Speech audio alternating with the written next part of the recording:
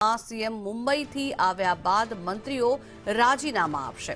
વર્તમાન મંત્રીમંડળના તમામ સભ્યો રાજીનામા આપશે ત્યારે મંત્રીઓ મુખ્યમંત્રી ભૂપેન્દ્ર પટેલને પોતાના રાજીનામા સોંપશે।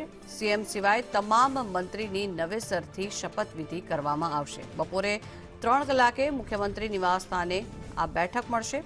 વર્તમાન સરકારના તમામ મંત્રીઓ આ બેઠકમાં હાજર રહેશે। સંગઠનના પદાધિકારીઓ પણ આ બેઠકમાં હાજર રહેશે ત્યારે રાષ્ટ્રીય મહામંત્રી સુનિલ બંસલ પણ આ બેઠકમાં હાજર રહેશે। આજ અંગે વધુ માહિતી મેળવીએ સંવાદદાતા હિરેન રાવલ ગાંધીનગરથી જોડાયા છે આપણી સાથે। હિરેન, કેવી અત્યારે તૈયારી છે, કેવો માહોલ છે આવતીકાલે જ્યારે શપથવિધિ કાર્યક્રમ યોજાવા જઈ રહ્યો છે?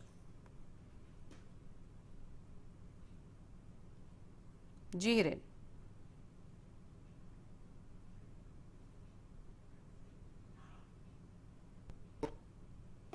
અને પરત આવ્યા પછી મુખ્યમંત્રી નિવાસસ્થાને જ આ બેઠક મળવાની છે, જેમાં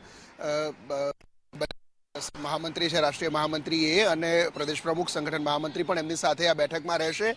મંત્રીઓને ત્યાં બોલાવી અને આ અંગેની કહ્યું હતું કે આજે જ તમામ મંત્રીઓના રાજીનામા સિવાય સમગ્ર મંત્રીમંડળના જે સભ્યો છે 16 સભ્યો એમના રાજીનામા લઈ લેવામાં આવશે અને એ રાજીનામા આજે જ રાજ્યપાલને સુપ્રત કરવામાં આવશે। રાજીનામાનો સ્વીકાર કરવામાં આવશે। આવતીકાલે નવી શપથવિધિમાં આ હાલના મંત્રીમંડળના સભ્યો પૈકી 4 થી 5 જેટલા સભ્યો એવા હશે કે જે ફરીથી મંત્રી તરીકેના